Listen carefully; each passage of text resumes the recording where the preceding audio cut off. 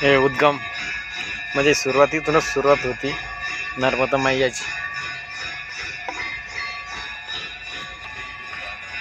हे नर्मदा मैयाचं इथून नर्मदा नदी सुरुवात होते. पुढं त्या थोडं थोडं थोडं थोडं हळूहळू छोटी छोटी छोटी छोटी छोटी होत चालते.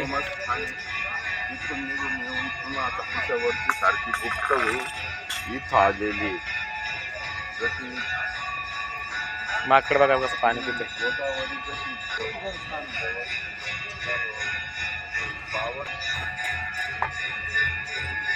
बघा